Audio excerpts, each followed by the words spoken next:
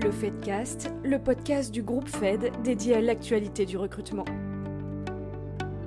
Bonjour et bienvenue dans le Fedcast, le podcast du groupe Fed.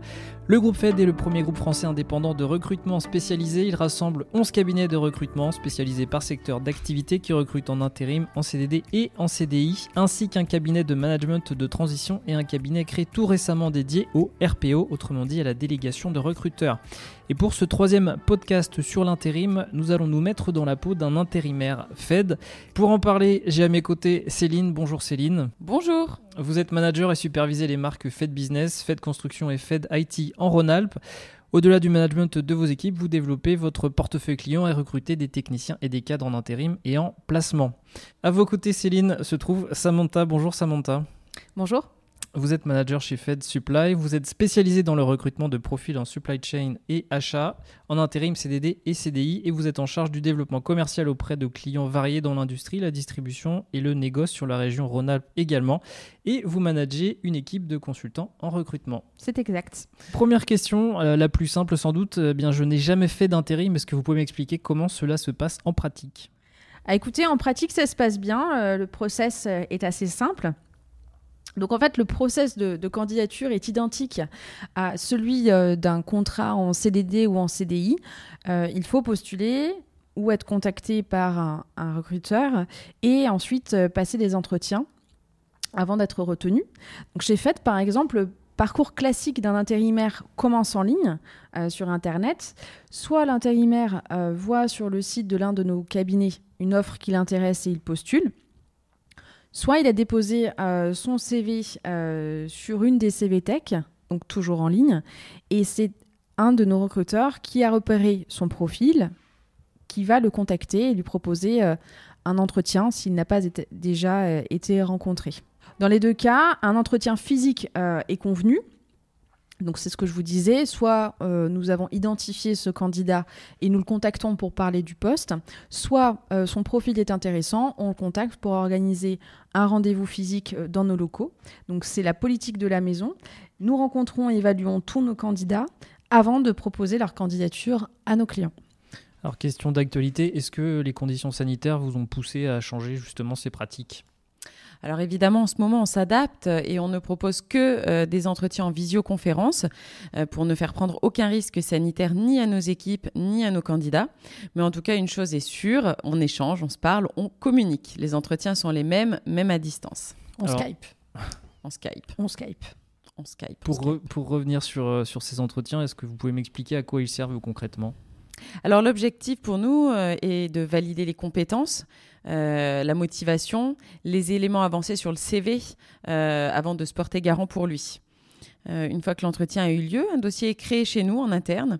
On y retrouve le CV du candidat et un récapitulatif de son profil, ses expériences passées, ses aspirations, ce qu'il veut, ce qu'il aimerait, ce qu'il ne veut pas. Et enfin, je dis il, mais ça peut être elle aussi, bien évidemment. Les logiciels, les langues qu'il maîtrise, ses diplômes, ses formations, etc. Et une fois ce dossier terminé, que se passe-t-il ? Une fois que le dossier est terminé, le consultant va rédiger un rapport sur l'ensemble des compétences de ce qu'il a jugé de la personnalité, en tout cas donner son avis sur la personnalité du candidat. Ce rapport est enregistré et injecté à notre système de base de données, et ce qui permet à l'issue de l'entretien et en temps réel de pouvoir faire profiter à l'ensemble des consultants en recrutement d'avoir accès à ce dossier. Donc, par exemple, je vais rencontrer quelqu'un en entretien, je rédige mon rapport qui reprend tous les éléments techniques sur son bagage intellectuel, sur ses expériences, le dernier salaire, ses prétentions, le type de poste qu'il recherche, etc.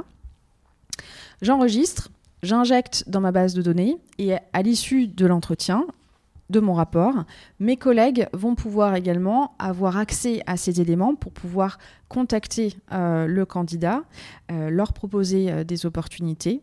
Donc ça peut être moi demain, ça peut être un de mes collègues, et on a du coup la possibilité de travailler plus rapidement et en équipe. Ce qui multiplie donc les chances à la personne que nous rencontrons d'être contactée par plusieurs interlocuteurs différents de notre structure. Très bien. Voilà. Et qu'en est-il du suivi ?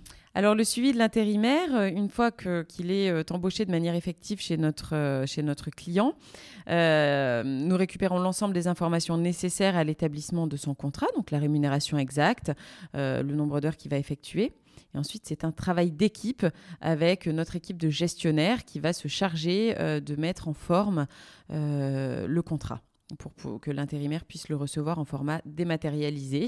Et donc, c'est à ce moment-là qu'on les remercie, puisqu'elles sont quand même garantes, au-delà de pouvoir recueillir ces informations pour établir le contrat de travail, de pouvoir vérifier que l'ensemble des données et l'établissement du contrat de travail soit bien évidemment en cohérence avec un cadre légal. Parfois, les clients nous donnent des infos et ces informations et ces demandes ne sont pas forcément possibles au niveau juridique. Transposables sur un contrat. Donc, c'est à nous de les conseiller à ce niveau-là. C'est également une autre chose qui est dématérialisée, donc les relevés d'heures. Il faut savoir que l'intérimaire n'est pas payé au mois comme peut l'être un salarié en CDI, mais il est bien payé en fonction du nombre d'heures qu'il va réaliser. Donc, chaque semaine, il doit valider le nombre d'heures exactes qu'il a réalisé et faire valider également tout cela par son N+1 en entreprise utilisatrice et en format dématérialisé. Nous prenons note de ces heures effectivement réalisées. C'est également nous qui nous chargeons d'organiser la visite médicale de l'intérimaire dans la mesure où il est bien notre salarié. Je vais un petit peu plus loin dans l'accompagnement. C'est nous qui restons à l'écoute et à la disposition de nos intérimaires en cas de questions, soit sur le cadre légal, auquel cas on va de nouveau parfois s'appuyer sur nos gestionnaires ou non. Mais c'est également nous qui sommes finalement leur écoute et qui sommes là pour arrondir les angles parfois si jamais ça ne se passe pas très très bien avec le N+1. Très bien. Rien à ajouter, mesdames ? Moi, je pense qu'on a fait le tour. C'est également. Eh bien, merci beaucoup pour toutes ces précisions. Merci pour votre participation, Céline et Samantha. Merci Nicolas. Et merci à vous de nous avoir suivis. En effet, c'est déjà la fin de ce 3e Fedcast et on vous dit à très vite pour un nouveau numéro. Au revoir. Au revoir. Au revoir.